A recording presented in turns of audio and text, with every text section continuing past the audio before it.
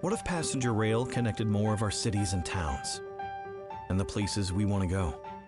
What if our environment and our economy had a better chance to thrive? What if our communities created more jobs and better opportunities for every family? At Amtrak, we believe what if should be what's next, because Amtrak connects us with comfort and convenience. Visit us at amtrakconnectsus.com to learn more.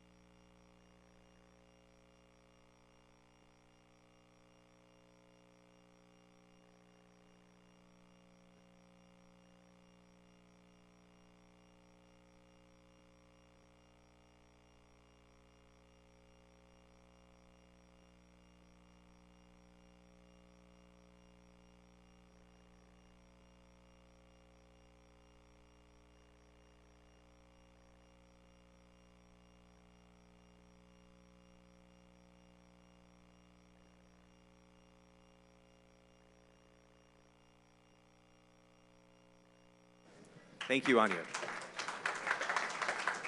Chrystia, it's so good to be here with you. Do you want to start with a joke?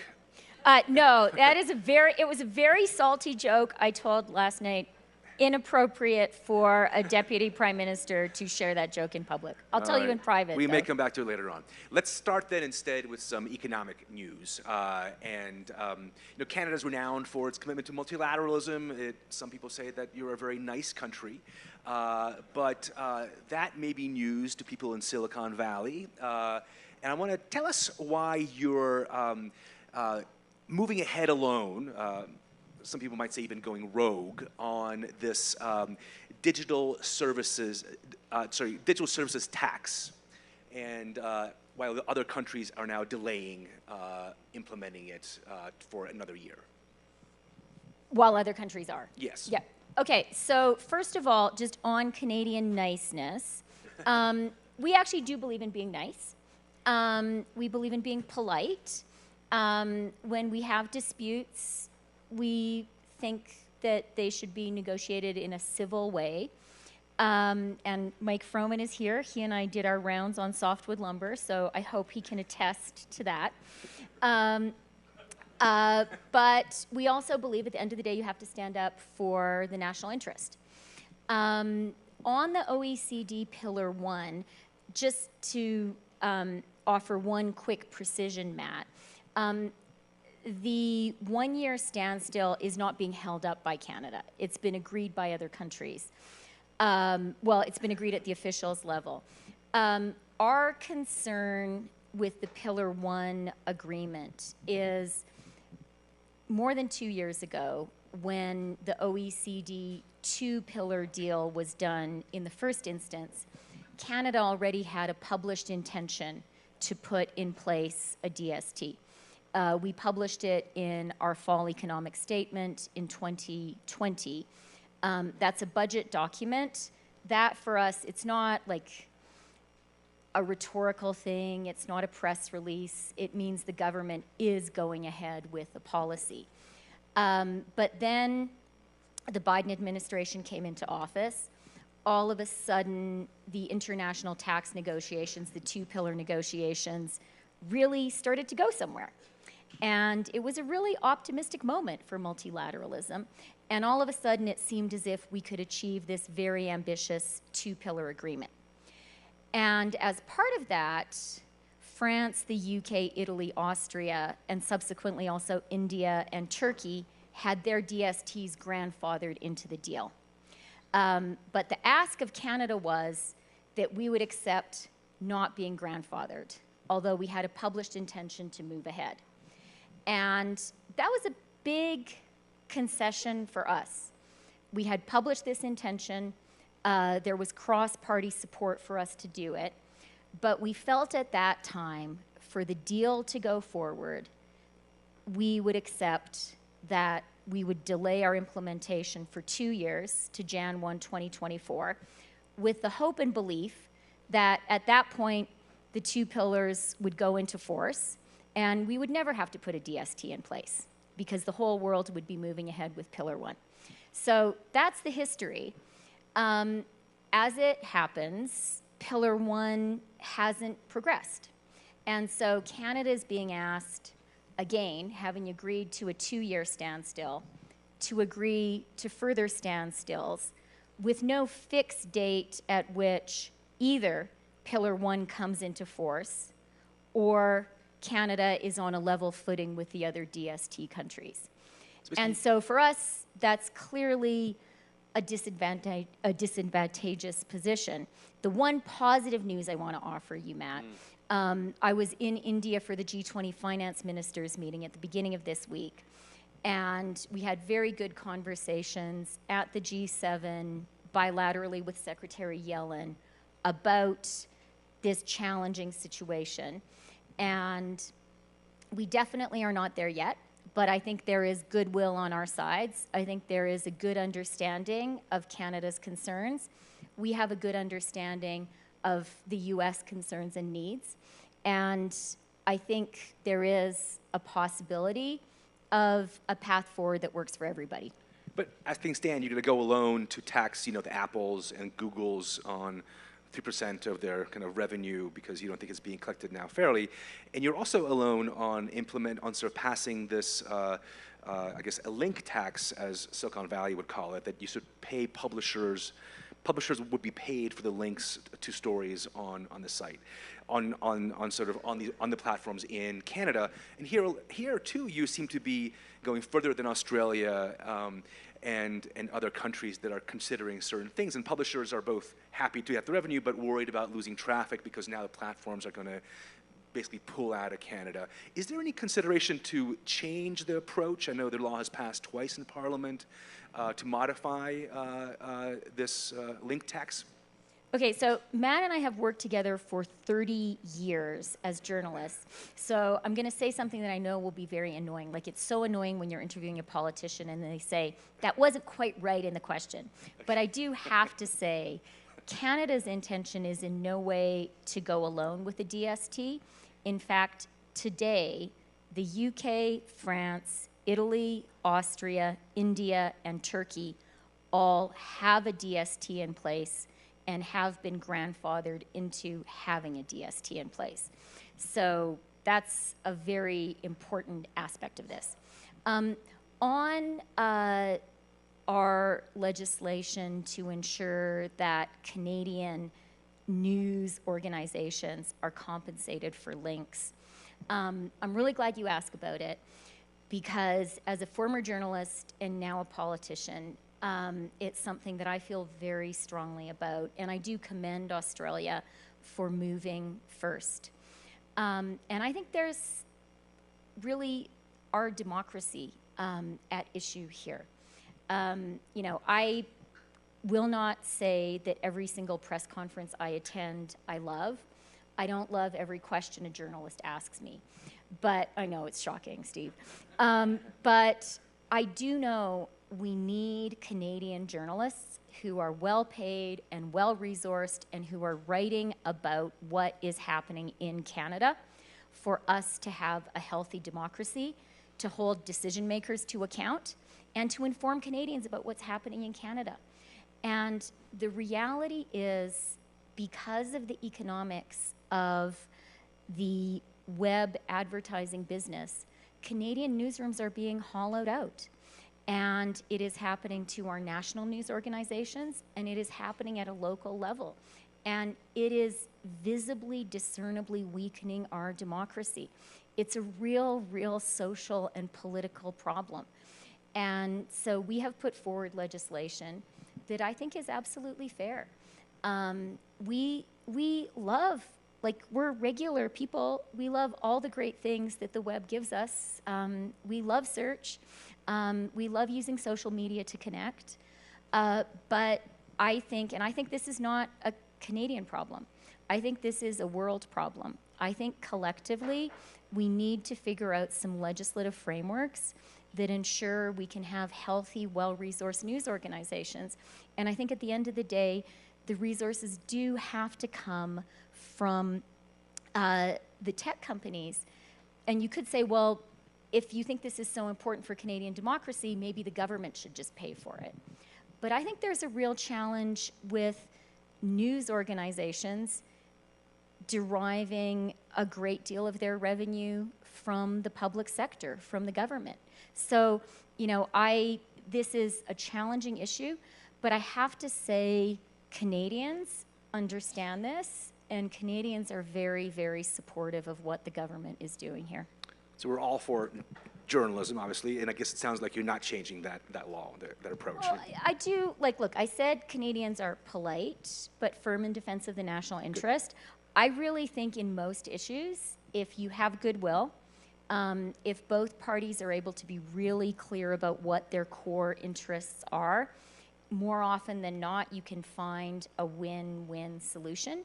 And we are very open to that. And our Minister of Heritage, Pablo Rodriguez, I think has been having good conversations, particularly with Google, and that's something that we want to continue.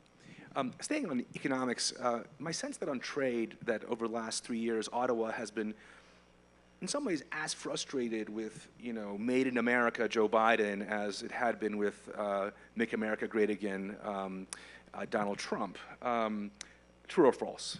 False. Okay. Tell me more. 100% false. Some of our reporting seems to suggest some frustration. So what is, are you looking ahead toward the election? Is there anything on trade that you're trying to accomplish with the U.S.? Look, and again, it's so nice for me to have Mike Froman in the room, because that, for me, he and I were trade ministers together. He was USTR when I was Canada's trade minister. The reality of the Canada-U.S. trade relationship is, and this is something all Canadians know and not a single American knows, we are your largest market. We are larger than China, Japan, and the UK combined. So, dear American neighbors, think about that for a minute. Canada as a place that you sell stuff to, more important than China, Japan, and the UK.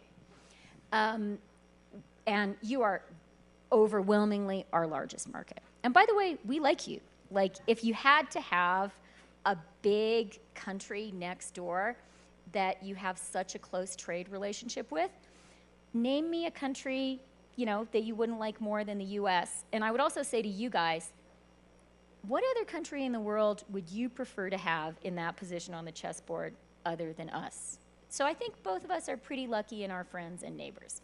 But the size of that relationship means inevitably in the Canada-U.S. relationship, there are always trade issues, there are always trade tensions. It's just inevitable because we do so much business. And certainly in Canada, we don't see that as anything out of the ordinary and as in any way meaning that we don't have a good relationship broadly. So how much do you worry about Trump? I believe that it is the job of the American people to choose who runs America. Let's move on to China. I'm going to say one more quick thing about that, Matt. We also, like in Canada, one of the top 2 jobs of any Canadian Prime Minister at any moment is managing the relationship with the United States. Every single person who has ever been Prime Minister of Canada will tell you that, and our Prime Minister would tell you that today. So we think about you guys a lot, much, much more than you think about us. And it's not just true of the government, it's true of regular Canadians. We do polling, we're a government, we do polling, we're like, what are the top issues? What are the top political issues you're following? Quite often, not just like the top one, but the top 1, 2, 3, 4 will be US issues. I bet you if you went to Toronto or Vancouver and interviewed people about like Supreme Court decisions, primaries, Senate races, they would be maybe as well informed as their US neighbors. So we do think about it a lot, and that's just good practice. Let's shift to security and to China's been, a constant topic of conversation here last couple of days. Canada's part of the Five Eyes, although kind of in reality, you think there are probably three eyes because there's three that really spend a lot on intelligence. And I wonder, with shouldn't Canada be boosting your intelligence capabilities, considering the Chinese interest in Canada, in influence in Canada? You run the budget. Is that something that's in it? Okay, well, I'm certainly not going to be making any budget commitments today, right here. How about a sort of a principled commitment? Should the intelligence community in Canada get more? What I will say is we are very aware of, very focused on China in the world, and very focused both on Canada's position as a country vis-a-vis China, but also our collaboration with allies. And intelligence and security is a big part of it. I think a real opportunity and a place where Canada has an outsized role to play is in securing supply chains, particularly in critical minerals and metals. And this is something that we are investing in aggressively. We began investing in the 2022 budget with a $3.8 billion critical minerals and metals strategy. And we're working very closely, particularly with the White House, but also with other allies on that effort. And I think this is one of the most important things happening in the world right now, is a recognition that the green economy needs to be built with physical stuff. Like, it's not just about commitments, it's about lithium, it's about copper, it's about nickel, it's about zinc. And Canada has a huge role to play here, partly because we have a lot of the stuff. You guys remember the new controls that China imposed on germanium and gallium. Well, it turns out that 25% of the world's germanium is produced in Canada by Teck, Trail, BC, just 1,000 miles northwest of where we are right now. So we're focused on our domestic resources. Equally importantly, Canada is, I would say, Canada, Australia, Germany, and the U.S. are the world's leading mining countries. We have a great deal of expertise, engineering, mining, banking, law in mining, and Canadian miners are very active in Latin America, Africa, Asia. We as a government are focusing on supporting them there, and we're working really for the first time very collaboratively with the US, with a broader group of allies, on sort of having joined up thinking on securing our critical minerals and metal supply chains. This friendshoring, vis-a-vis right? China, I think this is probably the single most important thing for us all to do, because China right now, they've been thinking about this for 20 years, and they have quite concerning control, not only of critical minerals and metals deposits, but also of the processing. And so we collectively have to get ahead of the game.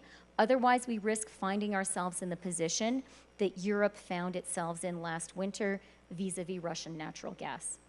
That's what you mean by friendshoring, I guess. Yeah, that's. It's part of it. Right. Yeah, a big part of it. Let's move on to. Your great professional and personal interest has been Russia and Ukraine. Disclose that Chrystia and I covered 1993 Russian presidential elections together, and she was my first boss in journalism, and a very good boss. And, was I nice? Great boss. Learned so much. He had to say that. No.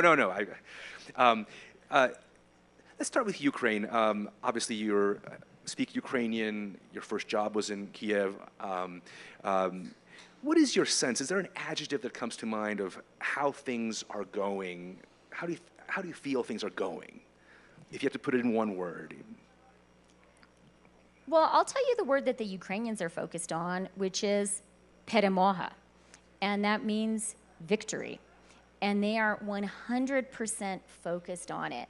And I actually think I've been listening to some of the conversations that have happened here. I thought the Bill Burns discussion was excellent. But what I was struck by was so much focus on what's happening internally in Russia. And I think that's a little bit of an analytical oversight. And collectively, we need to think a little bit more about what is happening inside Ukraine. We need to realize Ukraine is not just acted upon, it is also an actor. And I'm going to do a little bit of advertising for Matt, who is a brilliant journalist. And he wrote this spring a piece comparing the Ukrainian question today to the Polish question. Remember that? Which kind of haunted Europe for centuries. Matt worked in Ukraine. He is Polish. Tell everyone the title. You stumped me on the title. Okay, so just like Google Matthew Kaminsky Ukrainian question, it's a really brilliant piece which kind of poses what I think is one of the central things, which is what's going on with Ukraine and what do we want the outcome to be? And my first kind of thought to everyone here is Ukraine has really transformed itself since 1991, for sure, when Ukraine became an independent state, since 2014, when Russia invaded and annexed Crimea, and very much since the beginning of this war. And really, Ukrainian civil society has stepped up, but also the relationship between the society and the state has been transformed. And the only comparison from my own life that I can think of is, my grandfather, I'm from northern Alberta, a small town called Peace River. My grandfather was born in that town. No connection to Europe. His parents actually were Americans who moved up to northern Alberta because it was too civilized down here, and they were like pioneers. They wanted to go to the last wild place in the world. That's where I'm from. Okay, but so when the Second World War started, my grandfather and two of his brothers immediately volunteered, immediately went to Europe. 3 Freeland boys went there, only 2 came home. He married my grandmother, who was a Scottish war bride.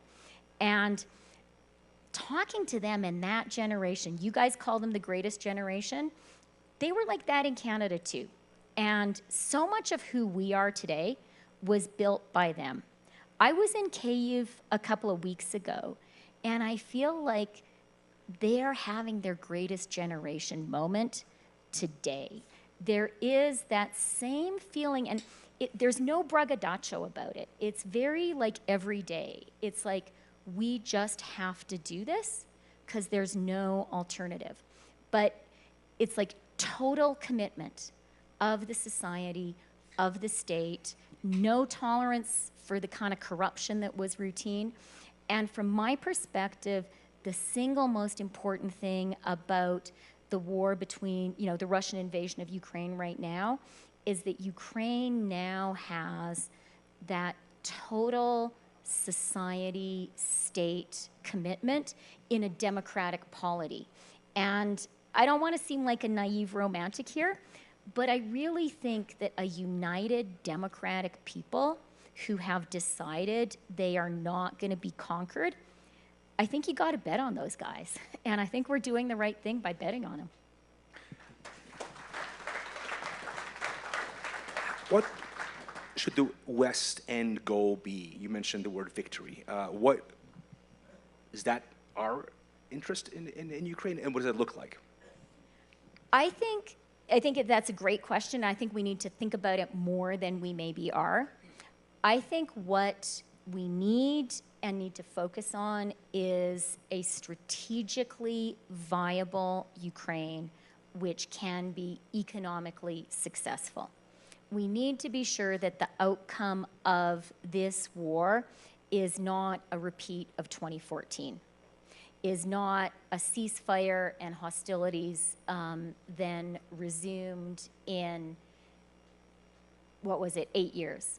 And the other outcome, so I think that number one, and we need to for people who were following Ukraine from 2014 onwards, one thing that was very striking is every time the Ukrainians were making economic progress in that interregnum, you had renewed Russian activity along the line of conflict in the east. There was a clear, intentional, well-organized Russian effort to make Ukraine not economically viable, not investable. And so we have to be sure that that doesn't happen. The second thing that I think we just very quickly, Matt, super fast, that I think we need to think about when we think about Ukraine is the demonstration effect.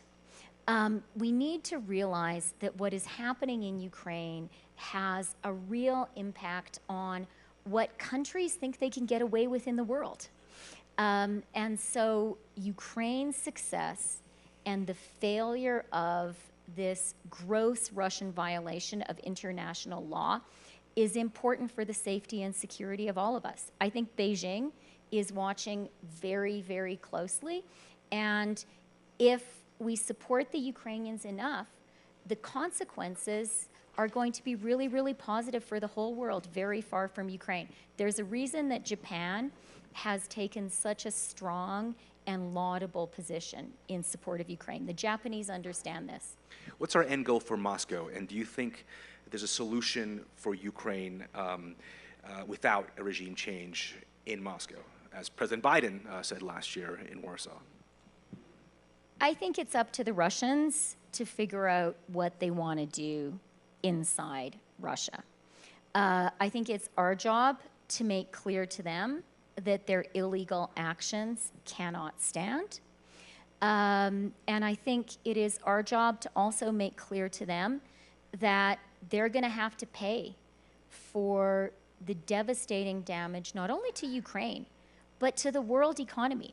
I mean, this happened just as we were getting past the COVID recession and the COVID supply chain shock. And then you had Russia invading Ukraine, which added a huge inflationary shock to the whole world, particularly painful on food prices. This has caused huge misery in the global south, and we should not forget that either. You obviously led the way in freezing the central bank assets, and do you think that now is the time to move ahead to try and lay claim to those assets, even if people are worried about the precedent or questions about international law? I think freezing the assets of the Russian central bank was really important, and I think Janet Yellen and Mario Draghi, if I had to name two people, played a really important role, as actually did the government of Ukraine. The Ukrainians are very sophisticated about this stuff. They had really good ideas. I do think when it comes to the Russian assets, we need to think about going from freezing the assets to confiscating the assets. We have legislation domestically in Canada that gives us this authority. That legislation was part of our 2022 budget implementation bill. It has cross-party support, and we are moving forward with 2 specific asset seizures. On the assets of the Russian central bank, I think there is a lot of international discussion about this, and I do think we need to think really hard and seriously about it. I think that Phil Zelenskyy is here, and he's a really useful person to talk to because of his experiences with the assets, with the central bank assets of Iraq, which I think is an interesting precedent to think about. And I think also, we have to, I am an elected political leader. I face the voters, and that's a really important conversation.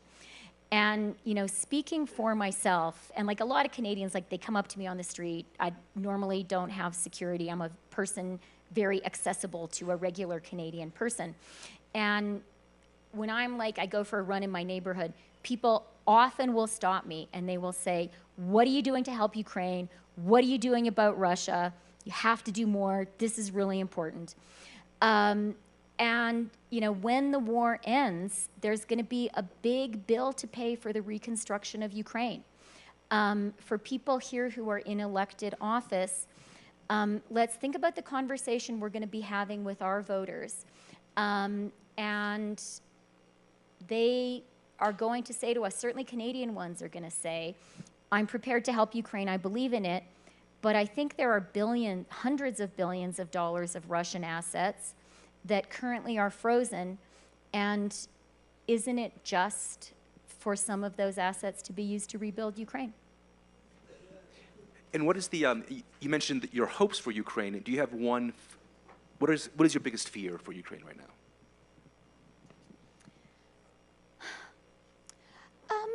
You know, my biggest fear for Ukraine actually is us. I think the Ukrainians in Ukraine, and this is not going to be forever, you know, that moment of unity in any country, it happens when there's a threat and you have to rebuild. But what I worry about, and I've worried about since the beginning, is, you know, our collective ability to stay the course. Having said that, I have a lot of faith in the citizens of democracies. And I think thus far in the war, political leaders have been surprised on the upside by the commitment of their own citizens to support Ukraine. And I think that's because, you know, people don't have to come to the Aspen Security Forum to understand that there's a very there are basic principles at stake here. This is democracy versus dictatorship. Okay. This is the right of people to defend the sovereignty of their own borders. I find regular Canadians, they really get that. It doesn't take a long explanation. So I worry, will we stay the course? But so far, our people have been pretty great, right? Right. Let me ask you one last question on behalf of my colleagues. I know this is the best job you've ever had, but Working with you was the best, Matt, Shirley, and also Ed Luce, who is here. There's many, many other protégés of Chrystia in this audience. But from my reading of the Canadian press, we have an Ottawa playbook. Please subscribe. It's a shameless plug right there. Okay, it's actually good. We read it. I read it every day. Good. I see your name mentioned for other jobs, maybe in Canada, you know, overseas, at NATO or in other parts. If you're thinking about your next challenge, is that something that you would prefer for it to be in Canada or overseas? So as you guys may have heard, this is a not straightforward moment in the global economy or in any country's economy, right? Inflation in Canada has come down. You didn't ask me about this, Matt. I can't believe it, okay? Inflation, we had our inflation number on Tuesday, 2.8%. Isn't that great? Yeah, it is.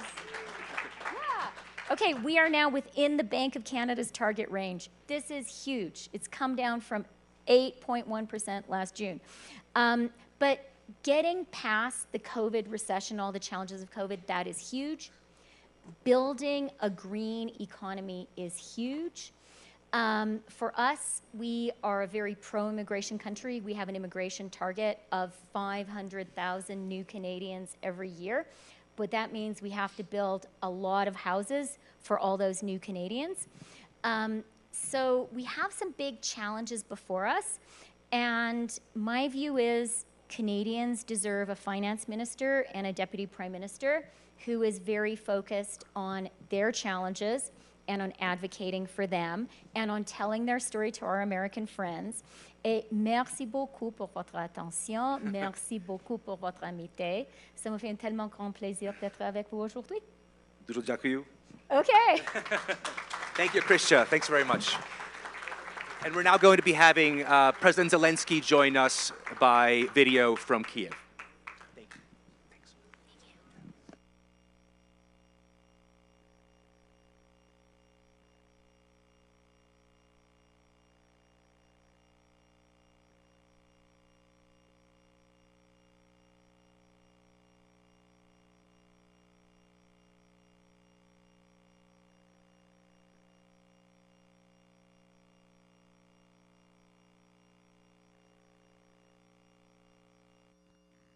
My name's Alicia. My family's health is so important to me. That's why we choose a nurse practitioner. My husband Paul thought he had heartburn and made an appointment with our NP. Our NP really listened. She ordered tests and saved his life. Paul had open heart surgery for a critical blockage in his heart. NPs improve healthcare access, diagnose health issues, and prescribe medications. We can't thank our NP enough. My name is Alicia, and we choose NPs. To learn more, visit wechoosenps.org.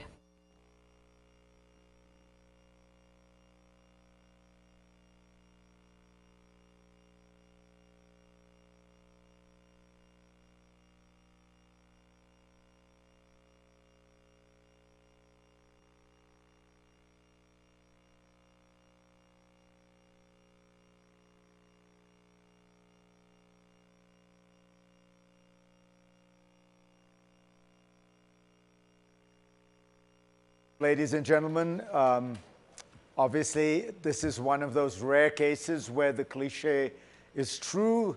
My next guest does need no introduction, and I will not waste your time giving him one. I just want to make sure that the video connection is working. So can we make sure we have President Zelenskyy Mr. President, it's Fareed Zakaria from Aspen. Can you hear me?